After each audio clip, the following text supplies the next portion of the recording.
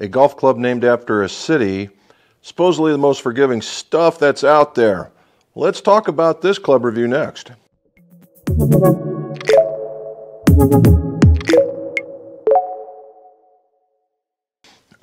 Welcome back to the McGolf Shop. Jim McClear here in this McGolf channel. We talk about golf club reviews, golf club repairs, and golf club fittings. Also, your scores can go low. If you would, we have a live stream. Take a look at that. It's on Mondays at 17:30 p.m. Eastern or 5:30 p.m. Eastern. We talk about the same stuff. It's just a live. It's a one-on-one chat between all the people that come to visit and me, a 7-time Golf Digest America's Best Club Fitter and the last International Club Maker of the Year. So let's talk about this review. Cleveland. All right, Cleveland. Cleveland wouldn't be considered one of the top 3 to be sure, but they do make some very forgiving stuff. Their claim to fame is the Halo. Halo for several generations has been kind of a hybrid iron, and it just to make golf fun for the person that probably doesn't go out or doesn't have a lot of athletic gifts, okay? And that's not to say it's a bad thing. It's just that's what it's made for, right? To make golf fun, to have, allow you to have a good time, make things easier to do. So how is this Halo put through for the whole of the entirety of the set? Well, there was a design application, and it gave kind of like a crescent shape on the top and the leading edge of the woods, and that was what defined them, because in the beginning the Halo had kind of a scoop in the back after this crescent, and that was some time ago. Now since then the swoop or the scoop has been removed, and it's now looks normal, but you still have the crescent. So since that time frame, engineers have gotten involved, and they have several pieces, we'll call them of technology, that are to help you hit the ball easier, right? The first one's called the mainframe. Now, the mainframe is not necessarily probably the best name in my opinion, but it works. The mainframe is basically the face, all right? The face, and of course, they've taken thousands of shots and used computers in order to come up with what they believe is the best face for their product. And what that's supposed to do is be more forgiving on off-center hits. It seems to be the theme this year. Off-center hits. And the club has this very large appearance at address, even though it's 460cc. Now, normally when that happens, the club gets elongated this way. In order for it to go out this way, where you're viewing it on the top, it has to go this way. When it does that, it gets a little thinner, and that means you can easily get under the ball. So all those guys that are teeing it high may not want to tee it so high, okay, and get it out there. This is all perspective right now. I've not hit the first golf club. The second part is called the rebound frame. Now, the rebound frame is what they call it, like a face within a face, or a trampoline within a trampoline, whatever you want to call it. But there you have the initial face, and somewhere back, some distance back behind that face is another, I don't know if it's another face or it's just another portion of the body in order for it to double trampoline. Now, this was a concept that was pretty popular, we'll say several years ago, before this was, and they called it the face within the face. And it worked pretty decent, so I'm going to assume this is going to work pretty decent as well. Okay, now that is present in their driver, fairway wood. They have a high wood and a hybrid, and those are where you're going to find a lot of that. Okay, the last 2 pieces of technology are called the action weighting or action counterbalancing, and what that means is they're putting about an 8-gram weight in the back to kind of counterbalance the club. 8 grams, I won't say is significant, but I won't say it's nothing either. The counterbalance is when you get the weight in your hands, it allows you to feel it, and you can track it with your hands in order to sling it through. That was a trick a lot of long drivers used to do in order to create a little bit of club head speed to help them with the whip, and they were very aggressive swingers. The other part is the glide rails. All right, now that's present even on the Halo irons. It's present on the Halo irons. in that these rails, and they're different on each one, they're kind of a tapered rail, and some have 3, some have 2, and they're all a bit different for each application, is for turf interaction. And I'm big with turf interaction because if you get stuck, you can't hit a good ball. And these glide rails will get you through the turf and act like skis in order to allow you not to get stuck in order to get out there. So that's what they're saying. Now, in the halo iron, well, we'll split it from there. So what we're going to do in this is we're going to split this up. We're going to have irons and hybrids. We're going to have woods and drivers. Okay. So this is going to be on the beginning of the second one as well. So in the irons, in the halo irons, each head is a little bit different than the next. I know normally it is, but in this case even more so, in that at the top end with huge soles, lots of guide rails, it gets down to the pitching wedge and it looks more like a normal iron would be. Although a very large sole, it's out there. Okay. In the hybrid, same concept. It's a hybrid club, guide rails, rebound frame, main frame, all this stuff in order to help hit that. So that's what we're going to do right now, and then we'll see what happens. The next video will be on the woods. So whenever we get these irons in, or whenever we get these clubs in, we go to the shop and we measure them. So let's talk about that.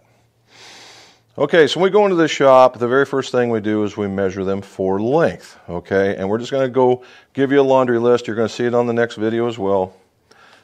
In the drivers were 46 inches long. That's a bit long for me, but it's all in the idea of hitting the ball far. Now, as far as lofts go, I had 2 drivers. One was 11 degree. One was measured to 11. The other one measured to 10, and they're both 10.5 drivers. So a half a degree off is actually very, very good. I got 61 and 60 in the lie angle, and they're supposed to be 60, so we're still on track. A degree off, it could be my measurement error, and it could be manufacturing tolerances. In either case, 1 degree is very, very good. The swing weight was supposed to be D3 and D2. They came out 1 heavy in each one at D4 and D3, and that was because of the weight of the shaft. All right, I'm not going to go crazy about 1 swing weight point, albeit to say that because it's 46 inches, if they were to take that half off, it'd be massively light. All right, the fairway wood came in at 43.5. Again, I think that's a little long, but that's their design spec, so that's what we're going with. It was supposed to be a 15 degrees of loft. I got 17. Now we're starting to get on the edge of my acceptability. Is it okay? Yes, but not as much as I'd like to see, because now you're only 1 degree from a 5 wood. It's supposed to be 57.5 lie angle, and I got 60.5. This is where that one's outside my tolerances. So that out of 3, that's only 1 check. So we're what, 9 or 10 specs. So we're not doing too bad. Swing weight came in exact D1 to D1. They have a high wood. This high wood is kind of a hybrid between a hybrid and a fairway wood, and it came in at 42.5. And it was supposed to be 17. It came in at 19. Again, this particular one, I think what caused this was the rails. The rails set on my gauge in such a fashion, it acted like it was adding loft. And that was what we were talking about, the rails. So that could be design error on my point. Supposed to be 59, it's 60. So we're still good there. Supposed to be D1, it was D2. So within 1, these things aren't too bad, save this lie angle. That wasn't very good at all. Okay, in a regular hybrid, it came out 40.5, which is traditional length. It was supposed to be 21 degree loft. I got 22. Again, 1 is not too bad. Supposed to be 61. I got 62. I don't mind an upright, but it's still 1 degree off. And D1, D1. So it was right on that one. Now on the halo iron, I got 37 and 5/8. This is the weirdest thing. And it's supposed to be 37.25, so it's a 1/4 inch off. What does that mean? That could be the grip cap of the grip, because I believe that they're all cut to the same length, and maybe it was 37.25 that they were cut to, and then that was the grip cap that added the extra length. I don't mind that either, because that's the way we do it here. It's supposed to be, we got 30, it's supposed to be 29. and I got 64 where the spec was 63. I got a D2 swing weight and it got a D0. Again, that might be getting outside my level of saying it was good or excellent, but that's 2. So as you can tell, there's a lot of specs that we do and we take, and that's because you're going to pay a lot for these. Why not make them correct? But how did they come out? They actually came out pretty good, right? Save 1 or 2 specs out of the dozen that we took. That's not bad, not bad at all. So the quality of this build, or the quality of the manufacturing, is right there. So now let's go hit them. All right, so here we are with the Cleveland, we'll call it the Halo 7, the Halo 4 Hybrid, and the Halo 3 Highwood. Now, as I told you before, we're splitting this up. This is the, we'll call it the working club section of it, the irons, the hybrids, and this Highwood. And then the next time we do this, it will be the 3 wood and the driver. I'm getting kind of excited about this because of some of the results that we saw. So let's just start right out with it. We're going to go to the 7. And again, like everything else, we want to see how it hits. So if we start from a look back, you can see I sprayed a couple, and we'll take care of that here in a moment. But takes off, nice high flights. They come in there landing very soft, and most of them are hunting the center line. My typical pull, you will always see that. So not too bad. There goes the 4 hybrid, and this thing sprayed way more than I desired, but it got out there and just looks like it's raining. I like the feel of it, but it just looked like it was raining. All right, 3, the Highwood. And here again, this is a club that once I get into fairways or something along this line, this is exactly what I expect. I don't carry these, so this will be an interesting find, okay? So what I did is I hit about 10 with the iron and just to get warm up, and I hit 8 with the other 2. So there's the 10, not too bad, right? That looks pretty good. And then here's the 8, kind of center lined as far as the oval goes. Some left, some right. Some in the middle, not too bad. And then we go with the Highwood, and most of them are flaring off to the left, which is a fade for me, and then just a handful over here. So this is what we're seeing, right? So now let's go, what we're going to do is we're going to start pairing some of these things off. So if we go to this one, and we're going to pare it down to, let's just get it down to, 4 or 5. We're going to take these are all the ones getting warmed up. So there's the 7, there's 4 of them right there. All right, so let's go to the hybrid. Let's start off with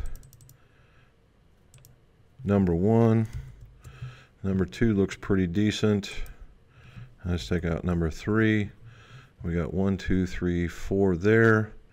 So let's take out that guy. That was my normal pull that I would normally have. And we'll take out that one right there. And there's our 4 for that one. And then in the next one, we are going to, there was my first one, ginormous fade. That made things a little easier, right? 1, 2, 3, 4. There we go with that one. And with that one, 1, 2, 3, 4. And with that one. There we go. So the top 4 of all of them, I usually do 3, but why not this one? So the 7 iron worked. I mean, once I started getting on it, these are literally the last 4 shots, just getting more and more warmed up, not too bad.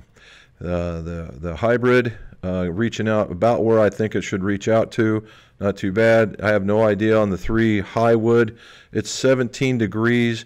If we use 17 degrees and compare it to my hybrid, this should be carrying about 225 to 230. Now, this club here is just basically an uncomfortable factor, and we'll see why here in a little bit. All right, let's go take a look at some other stuff. All right, so on the Halo and the iron, the swings are looking pretty decent. They're not too scattered. And the hybrid, not too scattered, and the other one didn't collect a lot, so not too bad. The shaft wasn't working very well for me, but it was in the iron. All right, so let's go back now and see how these things look now that we've got them all done. All right, so the 7 iron, 175, 178. That's a pretty stout 7 iron for me. I like that. I mean, it's easy to hit. I'm really down the middle, hit a 138 smash factor, which is really, really high for an iron, but it is it's a hybrid iron, so that's the expectation. The Halo 4 hybrid, this is about a 210 landing club for me, I would think, right around a 210 to 215 club. Did exactly what it was supposed to do. It landed right there, swinging 148. Wasn't swinging at my fastest, but it was still popping it out there. And just a little bit lefty right. You saw all the stuff that we did that I removed. But all in all, it did what I asked it to do. In the 3 hybrid, I think it's a little shy, and although I did hit it very well, the 149 smash factor, I was finding the middle of the club maybe just a hair too much spin, and that could be because of the shaft. Because it had an Ascent regular flex shaft in it, that could have added a little bit of spin versus the other ones had something that was more stiff in that. Not that I'm a hard swinger or anything, but I do load down towards the bottom, and that's right where the